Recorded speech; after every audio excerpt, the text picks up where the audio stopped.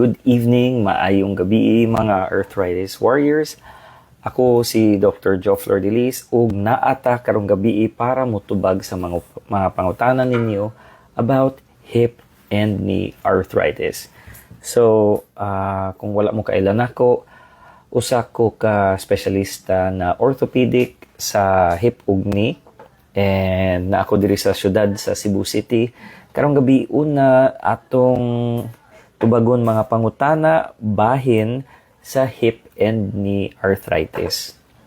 So the time is currently 8:38 pasaylo ako kay grabe ang traffic diri sa Cebu City and mo diretso na ta og tubag sa mga pangutana kay medyo daghan-daghan gid ang mga pangutana karon.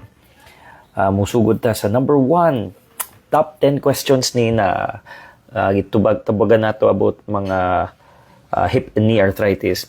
Dok, normal ra ba ni ang akong joint pain kay tigulang nako or is this something serious, no? And it is actually both. Yes, it can be aging, labi na sa mga babae na naana sa menopause, no? When you are in menopause, you lose the hormone estrogen, and when you lose the hormone estrogen, you are prone to more inflammation. Inflammation sa babae, common na sa lain-lain na joints. It could be when you are in menopause, joints like knee, shoulder, musakit ang abaga, musakit ang tuhod, and musakit ang lain-lain na part sa lawas. So, aging, mostly, naanay edad ang naay arthritis, posible sad kay niagi sila injury, posible sad niagi sila og trauma, and naasay effect ang kanang gipangkaon nato. Sa una, nasayop ko na pag-ingon ako naara na sa uric acid or gouty arthritis ang food, but it is also related ay ang pagkaon sa daghan klase na arthritis. Apil na ang osteoarthritis. So that's the top 1 question karong gabi una. Dok, unsay kalahian sa arthritis ug rheumatism or rheuma? So daghan mga arthritis warriors na wa kasabot unsa ng rheuma, no? So rheumatism or rheumatism in itself is actually a umbrella term. So umbrella term for joint pain. So joint pain, it could be arthritis, it could be mga autoimmune disease. But when you say arthritis, inflammation, naghubag ang joint, it could be klaro na naghubag or naghubag sa sulod. That can also be a arthritis. Daghan sa klaseng arthritis, osteoarthritis, rheumatoid arthritis, gouty arthritis, and even infection kanang TB arthritis common sa diri sa Philippines, no? Ang top 3 question karong gabi una is, Doc, bone and bone na kuno ko and wala na ba'y paglaom, wala na ba'y chance if nag-bone on bone na ang akong joints. So, it is something na mahadlok ang mga arthritis warriors nato kay giingnan sila na bone on bone na. Bone on bone simply means wala na kay cartilage, wala na kay meniscus. It does not mean na di na ka makalihok. There are many patients na bisag bone on bone, they are kanang very resilient, mo trabaho gihapon, mo lakaw gihapon, mo bike pa gihapon. Ang akong nakitaan sa akong practice is daghan kaayo og Pilipino na naanad na sa ilang arthritis human bisan og naay gamay sakit mo padayon sila og lakaw og padayon sila adto sa simbahan, adto sa mall, mamalengke. Dili na normal ilang tuhod na ay sakit pero mupadayon sila. So, naapay paglaom sad because if grabe na ang sakit para sa uban, because the pain may not be the same for every patient, kung grabe na ang sakit sa tuhod or sakit sa hips, na ay kanang lain-lain na option. Number 1, pain relief starts with medication, na ay mga doktor pareha nako na muhatag og tambal sa mga pasyente na in pain or grabe na gid ang sakit. Naasay mga injections, but ang number 1 na akong ihatag sa inyo is usba inyong gikaon, avoid processed food. Daghan ng utana, Doc Joff, unsa man na ang real food. Real food means non-processed foods, walay additives, walay chemical And mo ni ang kinahanglan na pangitaon nato na wala sila sa supermarket, dali ra madaot kung dili nimo lutuon, kanang kamo gyud ang mubuhat sa pagluto sa pagkaon para from scratch. Salt and pepper and maybe suka lang inyong i-add, wa nay daghan na sauce. Usa na ka importante na detalye, for also arthritis patients, avoid a lot of sugary foods.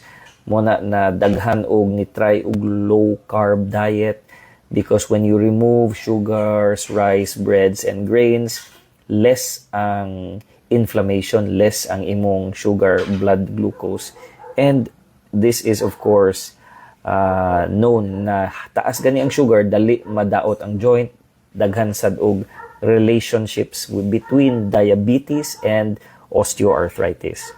And lastly, na mga injections and even hip and knee replacement surgeries na among ginabuhat mga orthopedic para makalakaw ang mga pasyente. So, di mo kinahanglan mawagtangan og paglaom. So, question number 4, na ay batan-on na 35 years old na ko, Doc, and naanak ko no ko'y arthritis, ingon akong doktor. So, pwede ba di ay na magka-arthritis ang 35 years old?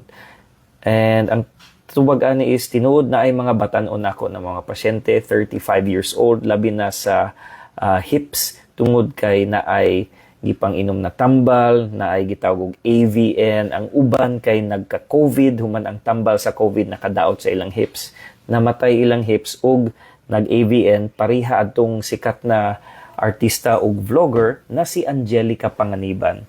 Niagi siya sa injections, niagi siya og kanang core decompression surgery before getting the hip replacement surgery, and now naglakaw-lakaw na si Angelica. It is something na options gihapon. Question number 5, naabay way na dili mag-opera, Doc? So same patient is asking, kay 35 years old, bata pa kaayo, and yes, definitely there are ways na dili operahan. Like I mentioned, kadtong si Angelica Panganiban started with injections. That's an option. The other is there are medications for AVN. Kung na ay AVN or avascular necrosis sa hips, we talk about this in the Facebook group na atay group na AVN Philippines na Facebook group. Libre ni siya para sa mga arthritis and mga AVN. You can join for free. Naasad tay AVN Warriors na chat group, ma'am. Kung gusto mo join, o pwede mo join sa atong mga Filipino na na AVN. Ang uban na operahan na, ang uban are going through mga medications and talking with different doctors po. So salamat sa pangutana. Na agiway, ayaw mo paglusog hope, ayaw mo ka-depress, kay ang akong number 1 advice is always talk to your doctors. Ayaw mo pagsalig sa naamoy mga friend, family na dili doktor inyong kasturya, kay parihad tong usa ka pasyente na grabe na iyang damage sa hips. 5 years taon siya nag-antos before siya nakadesisyon na mudulog doktor. Ayaw mo kahadlok sa doktor, di may mamaak. And then, question number 6 di ay, Doc, akong mama na ay severe arthritis, osteoarthritis sa tuhod. Human giingnan siya need kuno og knee replacement surgery. Kanus agyud ni kinahanglan ang magpa-knee replacement? Pwede ba dili? Yes, pwede man dili magpa-knee replacement. Pero kung tubagon nato, kung kanus kinahanglan ang knee replacement, kung nawagtangan na ang quality sa kinabuhi sa imong mama, imong papa, di nakalakaw og layo, magsige na lang og lingkod, mabiyaan sa pagbiyahe, kay di na siya kalakaw og dugay, magsigi og kupot sa iyang tapad or kinahanglan na og baston, maglisod og saka kanaog og hagdan. So this is not for everyone, but if you want quality of life, it is an option, no? Di siya number 1 option. Mo advise gyud ta mo una sa mga lifestyle changes, diet, exercise, pain relievers. If di mo makakaya og diet and exercise, unaha sang mga pain meds. So this is one of the options lang naman. But if you're asking kanus kinahanglan, kung naguba na ang kinabuhi sa imong mama or papa, pero ganahan pa kayo sila na active sa ilang kinabuhi. I hope that helps. Every patient is different, so naagyo'y kinahanglan na istorya bahin sa pamilya, labi na if na ay mga issue sa family, sa financial, and sometimes even spiritual, kay na ay mga pasyente na moingon ang kaning arthritis gihatag ni Ginoo, kinahanglan ni nako ang tuson, no? So na ay mga pasyente na moingon bahala na ang Ginoo kay sila'y gahatag sa akong arthritis. It is something na medyo Pilipino ra siguro ang naay mga ingon ana na huna-huna, because in other countries, labi na sa Western, mutuo sila Ginoo, pero I don't think na mutuo sila na ang Ginoo naghatag sa paglisod, o di sad sila moingon na kinahanglan ni nako ang tuson ang arthritis nako kay gihatag sa Ginoo. I don't see this in Western countries like US, no? So, next, number 7, Doc, glucosamines. Effective ba gyud ang glucosamines?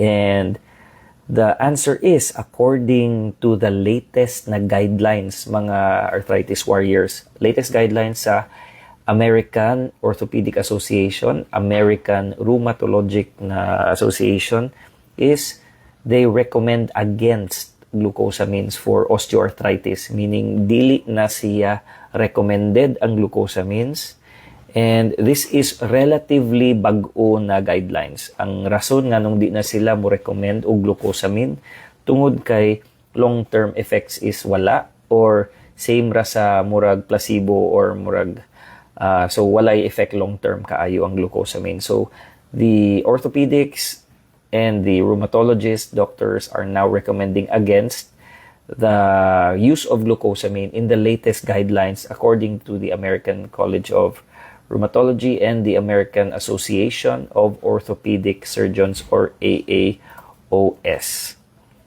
Sa next question is, Dok, pwede ba mag-exercise kung sakit na ang tuhod nako? Dili ba madaot akong tuhod sa sigig exercise? If you do have arthritis, it is different from a injury. So if you have an injury, yes, we wouldn't like to exercise it. But if you have arthritis, the number one recommendation is actually to strengthen the muscles. The muscles ninyo will act manggod as shock absorber. So, muna muhatag mig tambal, mo advise mig exercise, because once mo kusgan inyong muscle, mura mog na ay additional pain reliever and knee support and knee shock absorber kung naamoy arthritis. The more muscles you have, the less the pain, but it of course is painful to exercise. Kasabot sa kuana, lisod ang mga arthritis because sakit pa ilihok, mo na naagid tay pain reliever ihatag. But yes, exercise is good for arthritis, not so good if pure knee injury.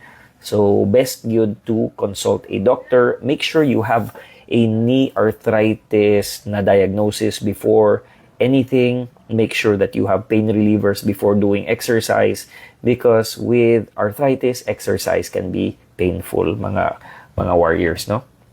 And number 10 question, Doc, is injection safe or musamot lang ba ang akong arthritis? So, first question, yes, it is safe for a lot of patients. It gives good pain relief.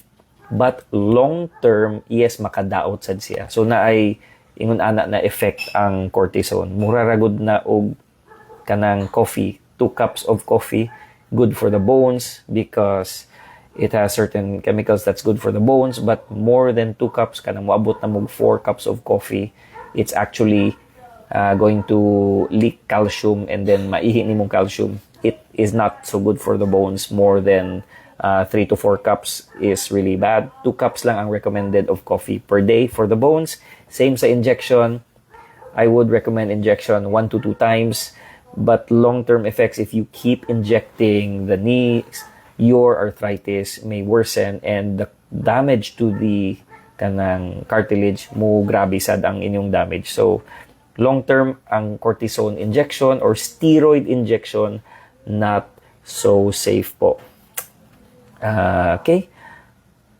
Ato lang tiwason mga arthritis warriors ang mga listahan nato Dok, unsa may pinakamaayo kanibang PRP, kanibang gel injection, or kaning steroid? For a lot of patients, bago ning PRP, it's platelet-rich plasma. It is kanang dugo na suyupon and then i-centrifuge para makuha ang platelet part sa dugo, i-inject balik sa tuhod. It is actually good for mild to moderate arthritis. And this is the emerging na good for long term if you have mild to moderate arthritis. Hyaluronic acid also has good results. Cortisone is for acute pain relief. Unsay pinakamaayo, magdepende gyud na sa number one, unsa ka grabe imong pain, because if you want acute pain, cortisone has the best for acute pain. If you want long-term pain relief, pinaka-best lang PRP. If you want something in the middle na dili kaayo as expensive as PRP or not as cheap as the cortisone, then the hyaluronic is a good option also. But again, always consult your doctor, mga arthritis warriors. Ayaw pag dali-dali o decide. So, Doc, stem cell therapy, is it legit? Is it a scam? Actually, there are stem cell clinics around the world, but you need certifications because, yes, naasay scam, naasay tinuod, naasay scam, but if you are asking if stem cells regrow your cartilage, that is still being studied. Wala patay para sa arthritis na stem cell, no, na mo tubo balik, napaspas kaayo. There are studies na mutubo siya around 6 months to 1 year na mutubo. So they are studying that pa. So if you are promised na imuduol nimo na ami stem cells mutubo na dayon, walay magic, dili gyud ta Ginoo na makapatubo tag cartilage na paspas kaayo. So ang pinaka gipangtun-an nila is mga 6 months to 1 year ang pagtubo sa cartilage kuno. And this is still being studied. Wala pa'y drugs out there. So thank you for that question. Doc, okay ra ba ng mga haplas? Safe ba ni daily? Voltaren, Salon Pass. If it is not expired, if you are taking a bath and cleaning your skin, it can be safe, but make sure you don't have any allergies to these things. Make sure they are not expired. Kay kaning mga Salon Pass, mga Voltaren gel, pwede ni maka-allergy sa skin. Pwede sad ni maka-cause og infection kung hugaw ang inyong gihaplas na kamot, hugaw inyong tuhod or inyong hips. Ang kanang skin that is dirty can cause infection. So, next question, bracing or support, helpful ba ni? A lot of the patients do report na naay effect ang support. Others who are braced also report certain mga effects, some good, some not. My personal opinion is I let the patients try the support and the brace in the clinic para makasulay sila, para maka-test drive sila sa mga brace ug support, and sila mo desisyon kung nakatabang ba or wala. Kay dili pariha tanan pasyente, others may have effect, others will not.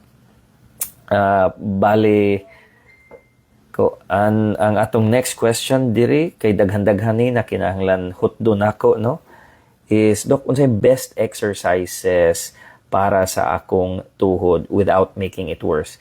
If you are talking about arthritis exercises, the exercises in the pool are considered very good because you are very lightweight inside a swimming pool. But if you do not have access to pool or kanang dagat, the cycling or stationary bike exercises also are good for just getting the movement in the joint. Remember kanang saying that motion is lotion, movement is medicine.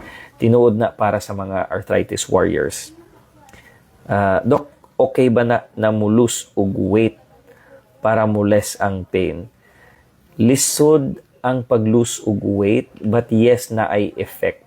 What is more effective is to change fat and turn it into muscle, because like I said, kaning mga muscle sa tuhod can help act as a shock absorber. Imbis ang goal nato is to lose weight, gain muscle, and when you gain muscle, you will actually have less pain. It's not about looking at the weighing scale unsay timbang, but also tan-awon nimo kung nilig-on ba imong muscles around the knee. Again, not all exercises are good, and there has to be supervision. Ato yung bantayan na nay experts para mutabang sa mga arthritis warriors na ganahan mag-exercise. So, mga arthritis warriors na atay mga lain-lain na mga pangutana diri, dili nako matubag tanan. Ang last few questions mga gikahadlukan nato is about kaning surgery, no, na opera. Yep. So, good evening mga arthritis warriors. We got cut off from the last part of our kaning question and answer, no? Pasaylo ako, the internet connection is not so good. But mauni ang mga pangutana sa mga arthritis warriors about kaning opera, kanang surgery, no? So, Doc, am I too old for surgery? Kay I am 75 years old and gi-advisean ko og knee replacement surgery. So, to be honest, naagyud tay medical doctors, internists, mga arthritis warriors, no? And these internists make sure na the patients are safe before they go or undergo surgery. But yes, we've done patients 90, 100 years old na hip ug knee. So, surgery is actually okay if you are cleared by internal medicine doctors who have checked your heart, naka-check na gani, naka-clear na gani, and that gives the surgeon kanang confidence na pwede na operahan bisag naanay edad because safe naman. Dili parihatan ng pasyente, pasabot sad ana na ay mga tigulang kaayo na lig-on paglawas, na asay dili kaayo lig-on at ug lawas na bata pa. So, next question about surgery. Dok, unsay mas dali i-recover kana bang hip or knee replacement? Because naatay mga bag-o na technique karon with regards to hip and knee replacement surgery. These are now done outpatient in different countries. So, paspas ra gyud maka-recover sa hip ug knee replacements kung naay ginagamit na special na techniques. Abroad, they are doing hip replacement and knee replacement as outpatient surgery. In my experience, mas dali ang hip kung ginabuhat sa anterior approach, and the knee replacement na asay mga technique para mas dali para sa mga arthritis warriors na maka-recover dayon. Next question, Doc, pila di ay kabulan ang recovery? If you're asking ang recovery kanus sa makalakaw, I do have patients na makitaan makalakaw dayon after the surgery, same day, few hours after. But if you are talking about kanang full na wala nagyoy hubag, wala nagyoy redness, swelling, soreness, for a knee replacement, it's about 4 to 6 weeks na ay mga numbness, no? Makalakaw dayon ang pasyente after surgery. They are usually walking immediately or the day after surgery and discharge day 2 or 3. But ang full recovery na wala na'y hubag-hubag, init-init sa lawas, wala na'y kanang banhod-banhod, usually na sa 4 to 6 months. Kung knee replacement, kung hip replacement, it is about mga 3 months. And sometimes we do the other side na, meaning ang pikas na sad na hip, kung gisakitan ang pasyente, buhaton sad ang pikas na hip replacement. So, for hip replacement, it's about 3 months if you are doing physical therapy. But again, patients, when we are doing anterior hip replacement, no muscles are cut, makalakaw dayon within hours after surgery and discharge day 2, day 3. And sa knee replacements, usually walking the same day or day after, but na ay mga banhod-banhod, init-init, pula-pula, 4 to 6 months. The PhilHealth coverage, Doc, mo cover ba ang PhilHealth sa mga ingon-ani na procedure sa hip ug knee replacements? They partially cover it, pero the Z packages na makalibre mo sa hip ug knee replacement, dili gyud ma-cover tanan. And the big question, pila ang cost? Cost actually depends on many factors. The surgeon, the hospital, the implants. So, I think it's best to talk personally sa inyuhang doktor with regards to the cost. But yes, PhilHealth and certain insurance may cover the surgery. Wala lay sigurado kung how much percent is covered by PhilHealth and your kanang medical insurances. Next question is, Doc, pwede ba ma-avoid ang surgery? Pwede ba injection lang? There are patients na mo-avoid og surgery na pwede ang injection, but dili gyud na pasabot same ang effects sa injection, very short term, whereas when you have a full hip or knee replacement surgery, it can last mga 30, 40 or more years, no? So, Doc, bago ba ni ang anterior hip replacement? No, it's not a new technique, but it is relatively sounding new, pero dugay na ni siya. It's been done since 18th century, and then mas nisikat lang karon because daghan man kaayo mobuhat karon. And it is very safe. That's what we do so that patients can walk back to life. Doc, pila ka tuig ang abot sa artificial hip or artificial knee? Depending on the way the patients use it, it can last for 20 or 30 years or more. So, that's all the time that we have karong gabi na mga arthritis warriors. I hope to answer more questions next time. I'm Dr. Jonathan Flordelis. You can call me Dr. Joff. Cebuano na hip and knee specialist.